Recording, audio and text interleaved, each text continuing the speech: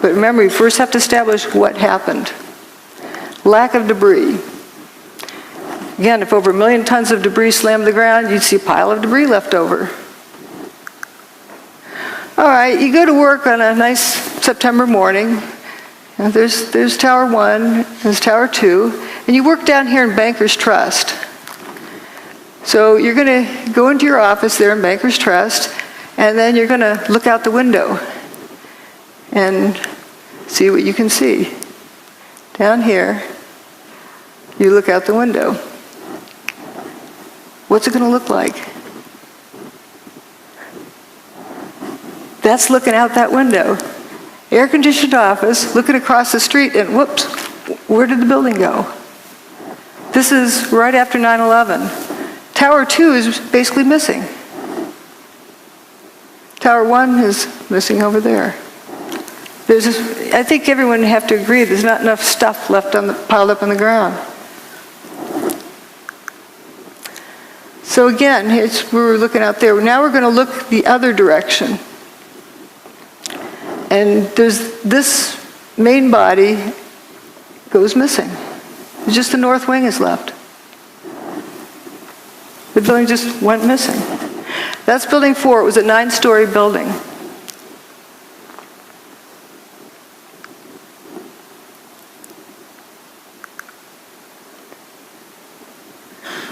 So this is what was there beforehand, and it just basically all went away. And a satellite image shows, all sorts of holes that were in those buildings. The middle part of building 6 is gone. It looks like a post hole digger cored it out. You have holes over here on Liberty Street.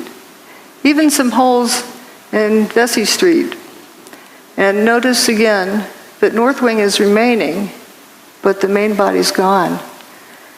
And this is Bankers Trust, where you're looking out the window, seeing a non-building across the street. Few people talk about this building. It's a 22-story skyscraper. Well, it would be the tallest building in most small towns. It went away except for that last little corner. And building 7 over here as well. Every building with the WTC prefix was destroyed that day. So we're going to look at this direction. Now, a lot of people talk about hearing the BBC announce early that Building 7 went away. Well, CNN did the same thing for 1 Liberty Plaza, but it's still there. You just get excited and want to be the first to report. And we're going to go down and look on the ground and see what it looks like down in here. Looking at the front door of Tower 1.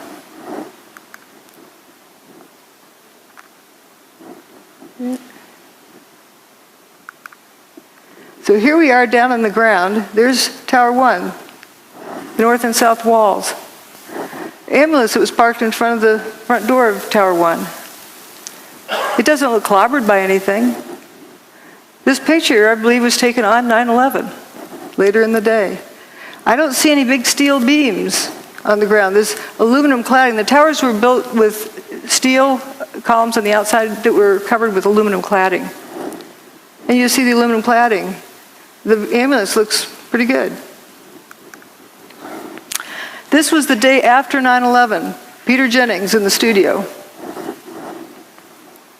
Do we have sound? Uh-oh.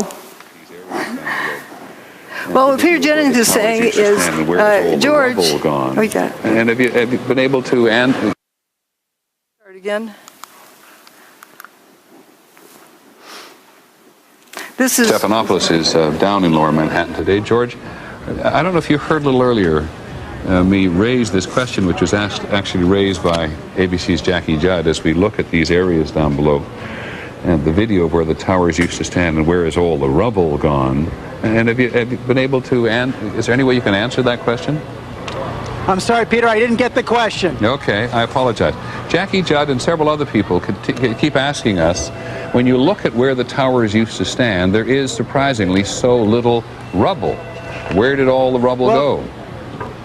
It's a very good question, Peter, and I have asked some people who've been doing some of the rescue and recovery work this morning. If you look behind me, you can see the very remains, the skeletal remains of the World Trade Center. And one volunteer, Robert Gerlinski, explained to me the reason there's so little rubble is that all of it simply fell down into the ground and was pulverized, evaporated. This is vital information. I really feel for George Stephanopoulos. He's got this job telling the world what's going on there, and that's the best he could do. And we humans tend to keep asking questions until we're given an answer. We don't stop to think if the answer makes sense. So what he is telling us is that it's obvious there's a big lack of material there.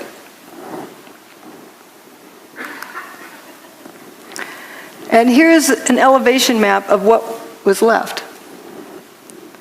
And you see building 4 went missing, the holes in building 6.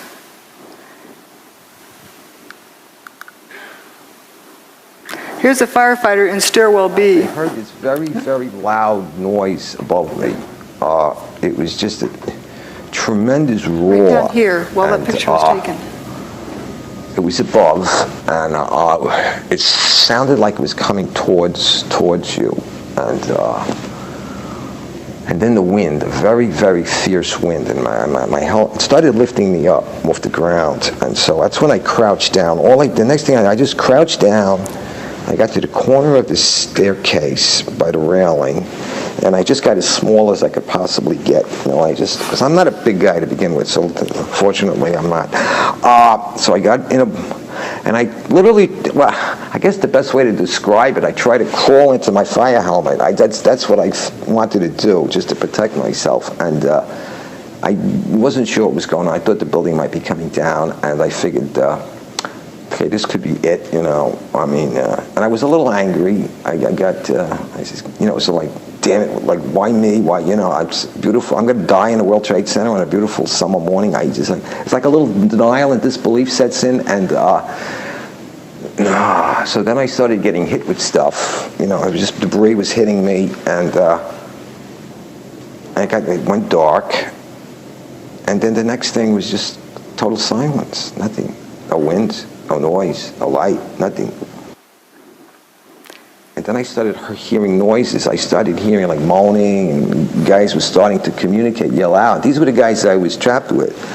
They're calling out, who's there, you guys all right, blah, blah, blah, and this kind of thing. And I realized there was other people. I wasn't alone, because when you're alone in a situation like that, it's like existential isolation. It's like, and then when you find out you're with other people, it makes you feel a lot better. Even though you're in a very bad situation, at least there's other people. But then the strangest thing happened. This beam of sunlight came right in on us, like about 8 inches long, but it was clearly sunlight. It was all dirty, full of debris, and it looked like pepper was floating around in it, sort of. But it was sunlight, and I'm like amazed now. It's a 110-story building above us, and I'm looking up at the sun. He was right at the base of this building. But when you came out, you had no idea where you were. There was no way to tell north, south, east, west. It was just the whole atmosphere was full of debris and papers and smoke, and there was no landmarks. There was no way to make a reference point. You couldn't see the sun anymore. The sun had gone away because the sunlight that had come in now was gone, and so there was no way to tell which way you were going. He was at the base of this building while this picture was being taken. And all 14 of them walked out on their own steam. Let's see. Here again is where they were. Jay Jonas was one of the ones with them, and said, I looked and said, guys, there used to be 106 floors above us, and now I'm seeing sunshine. There's nothing above us. That big building doesn't exist. Then later said, these are the biggest buildings in the world, and I didn't see one desk, one chair, one phone, nothing. Another survivor describe walking out onto an empty football field. This is from the base here. This is what was there that went away. And that's where another 14 folks survived, in that little stub at the end of that first building I showed. And they had that hole in Building 6 where 50% approximately of Building 6 was missing. And the main body of Building 4 went missing.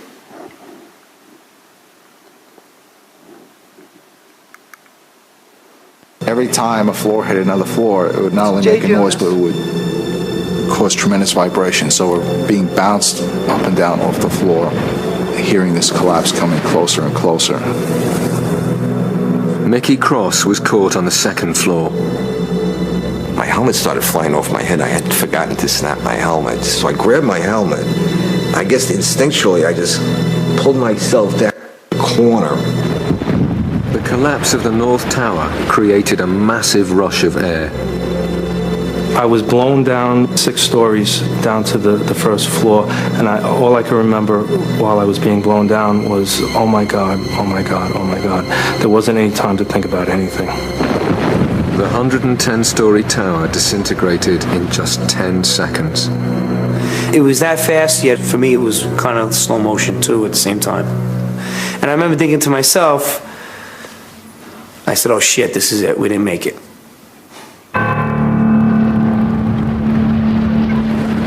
Faced with what seemed like certain death, the trapped firemen thought their last thoughts and prepared to die. In those 10 seconds, I was like, well, I'm 33. What have I done with my life? Worked almost all the time. My wife is going to, be a widow now. And I pretty much saw myself. Pretty much saw my funeral. I saw everybody at the wake at my funeral, and my parents and family there. You think about everything I guess that you haven't done in your life, and you realize that, is this it? Are you gonna make it out of here? And I was just too young, and I have too much more to do with my life than for this to be it. I thought I was going to be dead in a few seconds, and I remember feeling, I hope this is fast, because I had a fear of being trapped, like say with a broken back or severely injured, and still being conscious and alive. It was strange, but I was at peace when the collapse actually started. I said, all right, whatever's going to happen now is going to happen, and I hope it doesn't hurt too much, but the fear was gone. The collapse of the North Tower killed over 1,300 people trapped inside the building. But some of the concrete walls encasing Stairway B had remained intact, and enclosed within them, 14 people were still alive. As they opened their eyes, it seemed as if a miracle had happened. I could hear Mike. I could hear him groaning. I could hear him called out to me. I called out to him, so I knew he was alive. From the neck up I seemed okay, but everything else was just like pins and needles. I mean, I was slapping my leg with I'm watching my arm hit my leg, but I can't feel it. I had my flashlight on my side, and I looked at my hands and looked at myself to see if I was bleeding or anything anywhere. When he heard noises around him, Captain J. Jonas realized he too had somehow survived the disaster. I wanted to know who was still alive. And I started calling them out by name. All the people in their group survived. That's a nice happy ending. But the descriptions they gave were not of a building falling on top of them, were not of bombs exploding around them. It wasn't high heat. They didn't get cooked. They didn't get squashed. The building just turned to dust above them. So we're going to look now at what was left. If we go down below the ground in that corner, well, here's what it looked like. The building indeed, the main body went missing, just like it was sliced off there.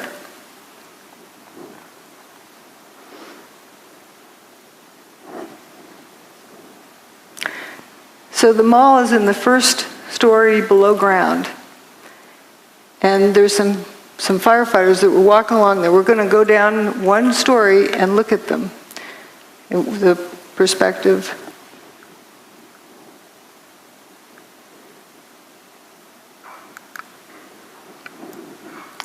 Here they are. That's right under that area. It's a little bit punched in down here, but you can read innovation luggage, Hallmark cards, so you know right where they are.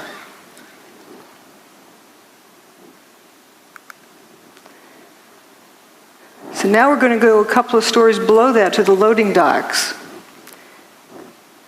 And it's right below there is where they're walking, but the loading docks look from up above. And it's painted purple under building 5, so you know where you are, and then green under building 4. So it's color-coded so the delivery trucks know where to unload. And we're going to look down that direction.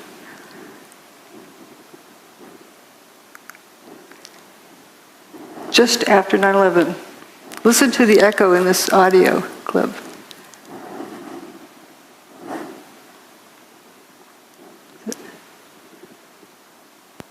Going down to the parking garage. We're in quite deep. These are the first pictures of search crews underneath the World Trade Center, desperately looking for survivors. That's not a collapsed parking garage. That's not even a full parking garage. It's an empty parking garage.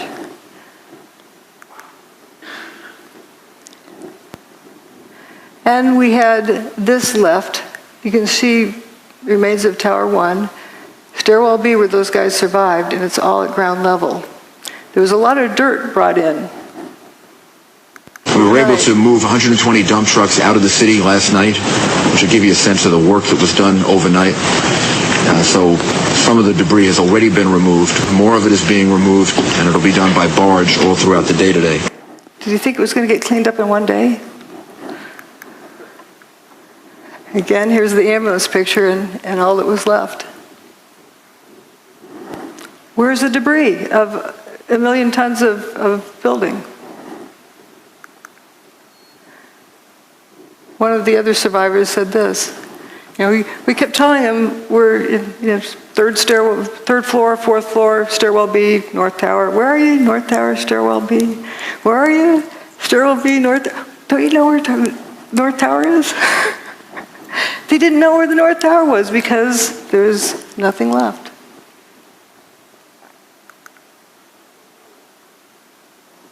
And do you blame them? Here's right where those guys were, up in that little corner. Hundreds more firemen were now arriving at the disaster area, but Captain J. Jonas's Mayday messages were still not getting through. Trapped down in the remains of Stairway B, there was nothing else Jay could do. We realize we can't get ourselves out.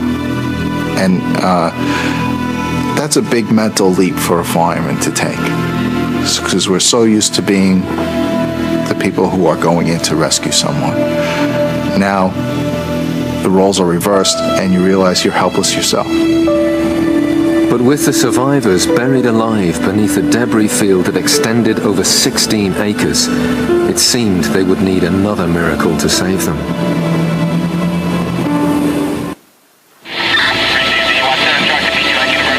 It was midday on 9/11, and in the chaos and confusion, Captain J. Jonas's Mayday messages were still not being received.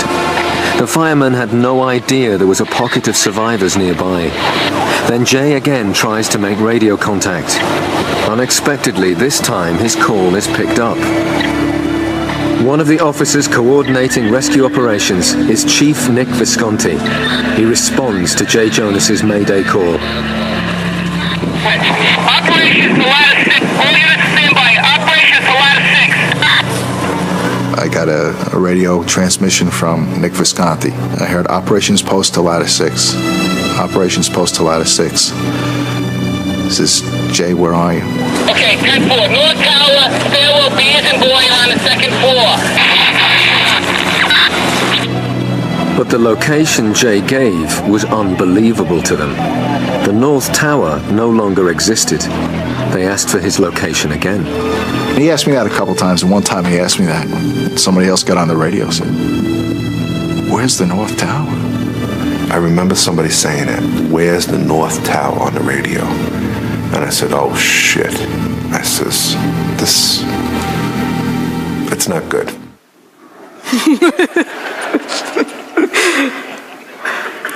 What I like about these clips from the BBC's show about the miracle in Stairwell B is that these are the original people. They're telling their story. Indeed, they're real people, and they were trapped in there and walked out. And what they experienced. Can you imagine being at the base of a 110-story building and the building goes away and you're left alive? There's also a fellow who remained at the edge of that hole in building 6. His buddies didn't make it. They were a few feet away. There's Stairwell B. And just to look at the amazing aspect of this, you get the bare sidewalk over here. Building 7, a 47-story building, didn't even fully spill across the street. If you had a big building coming down like that, even with explosives in it, it'd be like machine gun fire on all the adjacent buildings. Didn't happen. And this dome doesn't look clobbered. It's right across the street.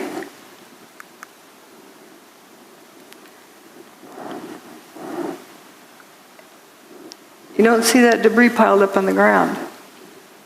This is right at ground level.